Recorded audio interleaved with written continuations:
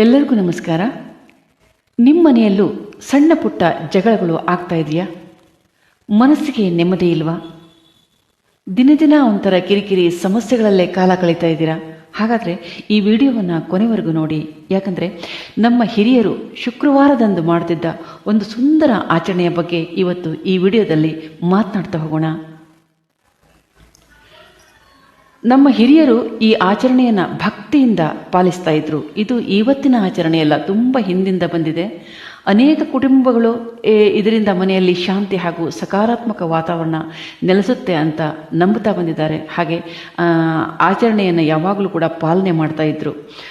ನಾನು ಕೂಡ ಈ ಆಚರಣೆಯನ್ನು ತುಂಬ ಭಕ್ತಿಯಿಂದ ಪ್ರತಿ ಶುಕ್ರವಾರ ಮಾಡ್ತೀನಿ. ಸೊ ನೋಡಿ, ನಮ್ಮ ಹತ್ರ ಹಣ ಇರುತ್ತೆ ಅಲ್ವಾ, ಮನೆ ಇರುತ್ತೆ, ಎಲ್ಲವೂ ಇರುತ್ತೆ, ಆದರೆ ಮನಸ್ಸಿಗೆ ನೆಮ್ಮದಿನೇ ಇರಲ್ಲ. ಕೆಲವೊಮ್ಮೆ ಕಾರಣನೇ ಇರಲ್ಲ. ಮನೆಯೊಳಗೆ ಸಣ್ಣ ಪುಟ್ಟ ತೊಂದರೆಗಳಾಗ್ತಿರ್ತವೆ, ಏನೋ ಆಗಬೇಕಾದ ಕೆಲಸಗಳು ಸಮಯಕ್ಕೆ ಆಗ್ತಾ ಇರಲ್ಲ. ಮನೆಯಲ್ಲಿ ಒಂದು ರೀತಿಯ ಭಾರವಾದ ವಾತಾವರಣ ಇರುತ್ತೆ ಅಲ್ವಾ. ದಿನ ಜಗಳ, ದಿನ ಕಿರಿಕಿರಿ, ದಿನ ಸಮಸ್ಯೆಗಳು, ಈ ಥರ. ಸೊ ಇಂಥ ಸಮಯದಲ್ಲಿ ನಮ್ಮ ಅಜ್ಜ ಅಜ್ಜಿ ಹೇಳಿದ ಈ ಒಂದು ಪರಿಹಾರ ಅಂದರೆ ಏನೂ ಇಲ್ಲ, ಇದು ಶುಕ್ರವಾರ ಒಂದು ಅದ್ಭುತವಾದ ಧೂಪ ಹಾಕಬೇಕು. ಅಂದರೆ ಆ ಧೂಪಕ್ಕೆ ಏನೇನು ಬೇಕು ಮತ್ತು ಅದನ್ನು ಮಾಡುವ ರೀತಿ ಹೇಗೆ, ಏನೆಲ್ಲ ಸಾಮಗ್ರಿಗಳನ್ನು ಹಾಕಬೇಕು, ಬೇಕಾಗುವ ಪದಾರ್ಥಗಳು ಕೂಡ ಅಂದರೆ ವಸ್ತುಗಳು ಕೂಡ ತುಂಬ ಸರಳವಾಗಿರೋ ವಸ್ತುಗಳು, ಹಾಗೆ ಮನೆಯಲ್ಲೇ ನಿಮಗೆ ಸಿಗಬಹುದಾದಂಥ ಸರಳ ವಸ್ತುಗಳು, ಹೆಚ್ಚು ದುಡ್ಡು ಕೊಟ್ಟು ತುಂಬ ಖರ್ಚು ಮಾಡಿ ತರುವಂಥದ್ದೆಲ್ಲ ಏನೂ ಇಲ್ಲ ಇದರಲ್ಲಿ. ಮತ್ತು ಇದರಿಂದ ಸಿಗೋ ಲಾಭಗಳು ನಮಗೆ ಅದೆಷ್ಟು ಅಂದರೆ ಅದು ಹೇಳೋಕ್ಕೆ ಆಗಲ್ಲ, ಅಷ್ಟು ಲಾಭಗಳು ಸಿಗುತ್ತೆ. ಎಲ್ಲಕ್ಕಿಂತ ಹೆಚ್ಚಾಗಿ ಮನೆಯಲ್ಲಿ ಒಂಥರ ನೆಮ್ಮದಿ ನೆಲೆಸ್ತಾ ಹೋಗುತ್ತೆ ಅದು ಮಾಡೋದ್ರಿಂದ. ಸೊ ಅದನ್ನು ಹೇಗೆ ಮಾಡೋದು ಅನ್ನೋದನ್ನೆಲ್ಲ ಈ ವಿಡಿಯೋದಲ್ಲಿ ನೋಡ್ತಾ ಹೋಗೋಣ. ಬನ್ನಿ, ಹಾಗಾದರೆ ಅದನ್ನು ಹೇಗೆ ಮಾಡೋದು ಅಂತ ನೋಡೋಣ. ಇವಾಗ ಶುಕ್ರವಾರ ಎಲ್ಲ ಪೂಜೆ ಆಗಿರುತ್ತಲ್ವ, ಪ್ರತಿ ಶುಕ್ರವಾರ ಈ ಗೃಹಿಣಿಯರಿಗಂತೂ ಅದು ವಿಶೇಷವಾದ ದಿನ ಆಗುತ್ತೆ. ಪ್ರತಿ ಶುಕ್ರವಾರ ವಾರಕ್ಕೊಮ್ಮೆ ಒಂಥರ ಸಣ್ಣ ಹಬ್ಬ ಅಂತಲೇ ಹೇಳ್ಬೋದು. ಶುಕ್ರವಾರ ಬಂದರೆ ಸಾಕು, ಅಷ್ಟೊಂದು ಸಂಭ್ರಮ ಇರುತ್ತೆ ಮನೆಯಲ್ಲಿ. ಶುಕ್ರವಾರ ಎಲ್ಲ ಪೂಜೆಯೂ ಆದ ನಂತರ, ಎಲ್ಲ ಪೂಜೆಗಳೆಲ್ಲ ಮುಗಿದ ನಂತರ ಈ ಒಂದು ಧೂಪವನ್ನು ಮಾಡಬೇಕಾಗುತ್ತೆ. ನೀವು ಬೆಳಗ್ಗೆ ಮಾಡಿದರೂ ಒಳ್ಳೆಯದು, ಅಥವಾ ಸಂಜೆ ಕೂಡ ಮಾಡ್ಬೋದು. ನಿಮ್ಮ ಅನುಕೂಲಕ್ಕೆ ತಕ್ಕಂತೆ ಸಮಯವನ್ನು ನಿರ್ಧಾರ ಮಾಡಿಕೊಳ್ಳಿ. ಬೆಳಗ್ಗೆ ಅಥವಾ ಮಾಡ್ಬೋದು, ಅಥವಾ ಸಂಜೆ ಕೂಡ ಇದನ್ನು ಮಾಡ್ಬೋದು. ಬನ್ನಿ, ಹಾಗಾದರೆ ಅದನ್ನು ಹೇಗೆ ಮಾಡೋದು, ಅದಕ್ಕೆ ಯಾವ್ಯಾವ ವಸ್ತುಗಳು ಬೇಕು ಅಂತ ನೋಡ್ತಾ ಹೋಗೋಣ. ನೋಡಿ, ಈ ಥರ ಒಂದು ಚಿಕ್ಕ ಮಡಿಕೆ ತೊಗೋಬೇಕಾಗುತ್ತೆ.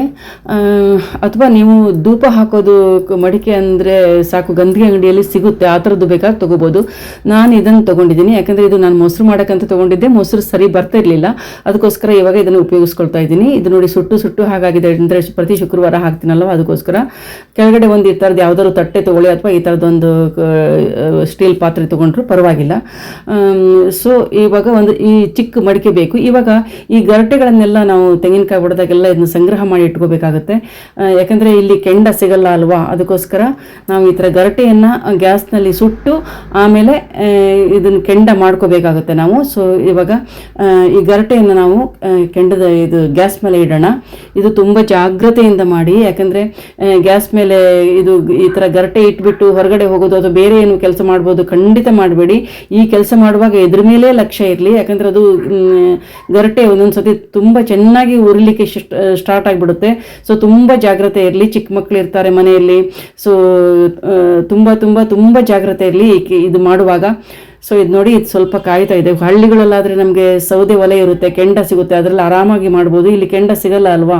ಸೊ ಗ್ಯಾಸ್ನಲ್ಲಿ ಇದನ್ನು ಕಾಯಿಸ್ಕೊಂಡು ಸ್ವಲ್ಪ ಕೆಂಡ ಮಾಡ್ಕೋಬೇಕಾಗುತ್ತೆ ನಾವು.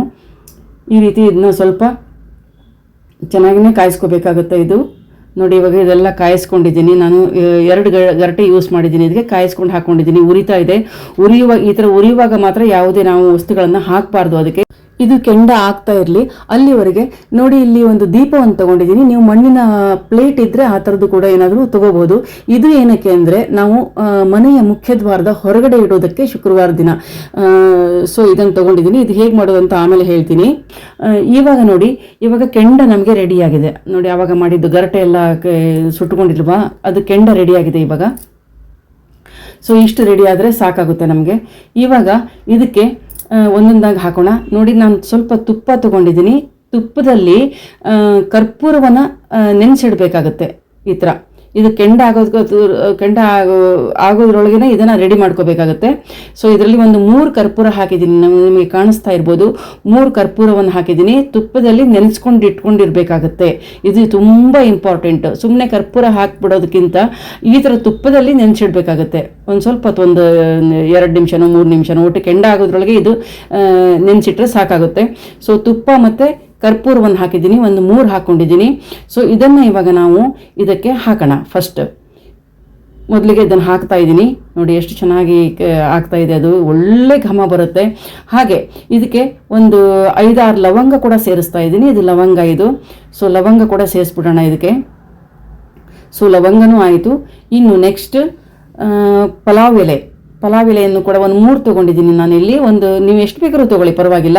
ಒಂದು 3 ತೊಗೊಂಡಿದ್ದೀನಿ ನಾನಿಲ್ಲಿ. ಅದನ್ನು ಹೀಗೆ ತುಂಡು ಮಾಡಿಬಿಟ್ಟು ಅದನ್ನೂ ಕೂಡ ಹಾಕೋಣ, ಇದಕ್ಕೆ ಸೇರಿಸೋಣ. ಸೊ ಈ ಥರ ಸೇರಿಸಿದ ನಂತರ ಒಂದು ಇಡೀ ಮನೆಯೆಲ್ಲ ಒಂದು ಎಷ್ಟು ಚಂದ ಪರಿಮಳ ಅಂದರೆ ಅದು ಅದ್ಭುತವಾಗಿರುತ್ತೆ. ಸೊ ಇದನ್ನು ನಾವು ಮನೆಯ ಎಲ್ಲ ಕೋಣೆಗಳಿಗೂ ಕೂಡ ಇದನ್ನು ತೋರಿಸ್ಬೇಕಾಗುತ್ತೆ. ಎಸ್ಪೆಷಲಿ ಮೂಲೆಗಳಿಗೆ ಇದನ್ನು ಹಿಡಿಬೇಕು, ಅಂದರೆ ಮೂಲೆಗಳಿಗೆ ಇದನ್ನು ತೋರಿಸ್ಬೇಕು. ಆಯಿತಾ? ಇವಾಗ ಇದಿಷ್ಟ ಆಯಿತು, ಇದು ಮನೆಯ ಎಲ್ಲ ರೂಮ್ಗಳಿಗೆ ತೋರಿಸೋದಾಯಿತು. ಈಗ ಮನೆಯ ಹೊರಗಡೆ ಇಡೋದಕ್ಕೆ ಶುಕ್ರವಾರ ದಿವಸ ಅಂದರೆ ಮುಖ್ಯ ದ್ವಾರದ ಮುಂದುಗಡೆ ಇಡೋದಕ್ಕೆ ಇದನ್ನು ಮಾಡೋಣ. ಇವಾಗ ಇದಕ್ಕೆ ಏನೇನು ಬೇಕು ಅಂತ ಹೇಳಿ ನೋಡ್ಕೊಂಡು ಬರೋಣ ಬನ್ನಿ. ಇದಕ್ಕೆ ನಾನು ನೋಡಿ ಪಲಾವ್ ಎಲೆನ ಒಂದು ತೊಗೊಂಡಿದ್ದೀನಿ, ಒಂದು 2 ತೊಗೊಂಡಿದ್ದೀನಿ ಅಷ್ಟೇ. ಸೊ ಇದನ್ನು ಕೂಡ ಈ ಥರ ತುಂಡು ಮಾಡಿ ಇದಕ್ಕೆ ಸೇರಿಸ್ಕೊಳ್ಳೋಣ. ಇದಕ್ಕೆ ಸೇರಿಸ್ಕೊಂಡಾಗಿದೆ. ಇವಾಗ ಇದನ್ನು ಮನೆ ಹೊರಗಡೆ ಇಡಬೇಕು. ಯಾಕೆಂತಂದರೆ ಇದರಲ್ಲಿ ಕರ್ಪೂರ ಉರಿಬೇಕಾಗುತ್ತೆ. ಅದು ಮನೆ ಒಳಗಡೆ ಮಾಡಿದ್ದು ಅದರಲ್ಲಿ ಬರೀ ಕೆಂಡದಲ್ಲಿ ಹಾಕಿದರೆ ಸಾಕಾಗುತ್ತೆ, ಧೂಪ ಬರುತ್ತೆ. ಇದು ಹಾಗಲ್ಲ, ಕರ್ಪೂರ ಉರಿಬೇಕು. ಅದಕ್ಕೋಸ್ಕರ ಇದನ್ನ ಈ ಥರ ಮಾಡೋದು. ಸೊ ಇದಕ್ಕೆ ಒಂದು 2-3 ಲವಂಗ ತೊಗೊಂಡಿದ್ದೀನಿ ನಾನು. ಹಾಗೆ ಒಂದು 2 ಕರ್ಪೂರ ತೊಗೊಂಡಿದ್ದೀನಿ ನೋಡಿ. 2 ಕರ್ಪೂರ ಸಾಕಾಗುತ್ತೆ. ಇದಕ್ಕೆ ದೊಡ್ಡದಿದ್ದರೆ ಒಂದೇ ಹಾಕಿದರೂ ಸಾಕಾಗುತ್ತೆ. ಸೊ ಪಲಾವ್ ಎಲೆ, ಲವಂಗ ಮತ್ತು ಕರ್ಪೂರ, ಇದು 3 ಐಟಮ್ಸ್ ಇದ್ದರೆ ಸಾಕಾಗುತ್ತೆ ಇದಕ್ಕೆ. ಇವಾಗ ಇದನ್ನು ಸ್ವಲ್ಪ ಹೊತ್ಸ್ಕೊಂಡ್ಬಿಡೋಣ. ಇದು ಈ ಥರ ಉರಿಬೇಕು. ಉರಿಯುವಾಗಲೇ ಇದನ್ನು ಹೊರಗಡೆ ಇಡಬೇಕಾಗುತ್ತೆ. ನಾವು ಮುಖ್ಯ ದ್ವಾರದ ಹೊರಗಡೆ ರಂಗೋಲಿ ಎಲ್ಲ ಹಾಕಿಟ್ಟಿರ್ತೀವಲ್ವಾ, ಅದರ ಮುಂದ್ಗಡೆ ಎಲ್ಲರೂ ಒಂದು ಮೂಲೆಯಲ್ಲಿ ಮಧ್ಯ ದ್ವಾರದಲ್ಲೇ ಇಡಬೇಕಂತೇನಿಲ್ಲ. ಆ ಕಡೆ ಎಲ್ಲರೂ ಮೂಲೆಗೆ ಎಲ್ಲೂ ಮತ್ತು ಯಾವುದೋ ಪರದೆಗಳು ಅಥವಾ ಏನಾದರೂ ಯಾವುದಕ್ಕೂ ತಾಗದೇ ಇದ್ದ ಹಾಗೆ ಅದನ್ನು ಇಡಬೇಕು. ಒಂದು 10 ನಿಮಿಷ ಇಟ್ಟರೆ ಸಾಕಾಗುತ್ತೆ. ಮತ್ತು ಸ್ವಲ್ಪ ಜಾಗ್ರತೆಯಿಂದ ಇರಿ, ಯಾಕಂದರೆ ಯಾರಾದರೂ ಓಡಾಡೋರು ಇರ್ತಾರಲ್ವ ಮನೆಯಲ್ಲಿ. ಸೊ ನೋಡಿಕೊಂಡು ಇಡಿ. ಈಗ ಮನೆಗೆಲ್ಲ ತೋರಿಸ್ತಾ ಇರ್ತೀರಲ್ವ ಆ ಧೂಪವನ್ನು ಮೊದಲು ಮಾಡಿದ್ದು, ಅದನ್ನು ತೋರಿಸುವಾಗ ನಿಮಗೆ ಇಷ್ಟವಾದ ಯಾವುದಾದ್ರೂ ಒಂದು ಮಂತ್ರವನ್ನು ಕೂಡ ಹೇಳ್ಕೊಳ್ತಾ ಅದನ್ನು ತೋರಿಸ್ಬೋದು. ಅಥವಾ ಎಕ್ಸಾಂಪಲ್ ಏನು ಓಂ ನಮಃ ಶಿವಾಯ, ಅಥವಾ ನಿಮಗೆ ರಾಮ ಇಷ್ಟ ಆದರೆ ಶ್ರೀರಾಮ್ ಜೈ ರಾಮ್ ಜೈ ಜೈ ರಾಮ್, ಅಥವಾ ಹನುಮ ಇಷ್ಟ ಆದರೆ ಓಂ ಹನುಮತೆ ನಮಃ. ಈ ಥರದ್ದು ಯಾವುದೇ ನಿಮಗೆ ಇಷ್ಟ ದೇವರ ಹೆಸರನ್ನು ಹೇಳಿಕೊಂಡು ನೀವು ಆ ಧೂಪವನ್ನು ತೋರಿಸ್ಬೇಕಾಗುತ್ತೆ. ಪ್ರತಿ ಶುಕ್ರವಾರ ಇದನ್ನು ನಾನು ಮಾಡಿದ್ದೇನೆ. ಇದನ್ನು ಮಾಡಿದ್ರೇ ನನಗೊಂಥರ ಆ ಪೂಜೆ ಫುಲ್ಲು ಸಾರ್ಥಕ ಅನಿಸುತ್ತೆ, ಒಂಥರ ಕಂಪ್ಲೀಟ್ ಅನಿಸುತ್ತೆ. ಇಲ್ಲಾಂದರೆ ಇದು ಮಾಡಿಲ್ಲ ಅಂದರೆ ಇನ್ಕಂಪ್ಲೀಟ್ ಅನಿಸುತ್ತೆ. ಸೊ ಪೂಜೆ ಎಲ್ಲ ಆದಮೇಲೆ ಶುಕ್ರವಾರ ನೀವು ಖಂಡಿತ ಇದಕ್ಕೋಸ್ಕರ ಒಂದು ಸ್ವಲ್ಪ ಸಮಯ ತಗೊಂಡು ಮಾಡಿ.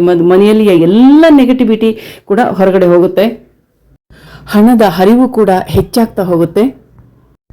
ಕಲಹಗಳು ಅಥವಾ ಮನಸ್ತಾಪಗಳು ಒಬ್ಬರನ್ನ ಕಂಡ್ರೆ ಒಬ್ರಿಗಾಗಲ್ಲ, ಈ ಥರದ್ದೆಲ್ಲ ಕಡಿಮೆ ಆಗ್ತಾ ಹೋಗುತ್ತೆ ಕ್ರಮೇಣವಾಗಿ. ಸೊ ವಾರಕ್ಕೆ 2 ದಿನ ಸಾಧ್ಯವಾದರೆ ಮಾಡಿ, ಇಲ್ಲ ಪ್ರತಿ ಶುಕ್ರವಾರ ಅಂತೂ ತಪ್ಪದೇ ಮಾಡಿ. ಇದು ಈ ರೀತಿ ರೆಮಿಡಿಗಳನ್ನು ಮಾಡೋದ್ರಿಂದ ನಮಗೆ ಯಾವುದೇ ನಷ್ಟ ಇಲ್ಲ ಅಲ್ವಾ. ಅಂದರೆ ಅಂಗಡಿಯಿಂದ ನಾವು ಎಷ್ಟೋ ದುಡ್ಡು ಕೊಟ್ಟು ಪುಡಿಗಳನ್ನು ತರ್ತೀವಿ, ಅಂದರೆ ಲೋಬಾನ ಪುಡಿ ಅದು ಇದು ಅಂತ, ಅದರಲ್ಲಿ ಎಷ್ಟು ಕೆಮಿಕಲ್ಸ್ ಮಿಕ್ಸ್ ಇರುತ್ತೋ ಏನೋ ಗೊತ್ತಿಲ್ಲ ಅಲ್ವಾ. ಸೊ ಮನೆಯಲ್ಲೇ ಸಿಗೋ ಸರಳವಾದ ವಸ್ತುಗಳನ್ನು ಯೂಸ್ ಮಾಡಿ ಮನೆಯ ವಾತಾವರಣವೂ ಶುದ್ಧವಾಗುತ್ತೆ, ಹಾಗೆ ದೇವರ ಕಡೆ ಭಕ್ತಿನೂ ಜಾಸ್ತಿ ಆಗುತ್ತೆ, ಎಲ್ಲ ರೀತಿಯ ಲಾಭಗಳೇ ಆಗುತ್ತಲ್ವ. ಇದರಿಂದ ಮನಸ್ಸು ಶಾಂತವಾಗುತ್ತೆ, ನೆಮ್ಮದಿ ಸಿಗುತ್ತೆ. ಎಲ್ಲಕ್ಕಿಂತ ಹೆಚ್ಚಾಗಿ ನೆಮ್ಮದಿ, ಆರೋಗ್ಯ ಎಲ್ಲವೂ ಇದರಲ್ಲಿದೆ. ಸೊ ಎಲ್ಲರೂ ಕೂಡ ಇದನ್ನು ಖಂಡಿತ ಪ್ರಯತ್ನ ಮಾಡಿ. ಅದಕ್ಕೋಸ್ಕರ ನಿಮ್ಮ ಜೊತೆ ಇದನ್ನು ಶೇರ್ ಮಾಡ್ಕೊಂಡಿದ್ದೀನಿ. ಖಂಡಿತ ಪ್ರಯತ್ನ ಮಾಡ್ತೀರಿ ಅಂತ ನಂಬಿಕೆ ಕೂಡ ಇದೆ. ಇದು ತುಂಬ ಹಿಂದಿಂದ ಬಂದ ಸಂಪ್ರದಾಯ, ಇದು ಇವತ್ತು ನಿನ್ನೆದಲ್ಲ, ಇದು ತುಂಬ ಹಿಂದಿಂದ ಬಂದಿದ್ದು. ಹಿರಿಯರು ಹೇಳಿದ್ದು ನೋಡಿ, ಯಾವುದು ಸಂಪ್ರದಾಯ ಕೂಡ ಕೆಟ್ಟದ್ದಲ್ಲ ಅಲ್ವಾ, ಎಲ್ಲವೂ ಕೂಡ ಒಳ್ಳೆಯದೇ. ಆದರೆ ನಾವೇ ಈಗಿನ ಕಾಲಕ್ಕೆ ಹೊಂದಿಕೊಂಡು ಎಲ್ಲವನ್ನು ಮರೀತಾ ಎಲ್ಲವನ್ನೂ ಬಿಡ್ತಾ ಬಂದಿದ್ದೀವಿ, ಹೊಸ ಒಂದು ಆಧುನಿಕತೆಗೆ ಒಗ್ಗಿಕೊಳ್ತಾ ಇದ್ದೀವಿ. ಸೊ ಇದನ್ನು ಎಲ್ಲರೂ ಕೂಡ ಪಾಲನೆ ಮಾಡೋಣ.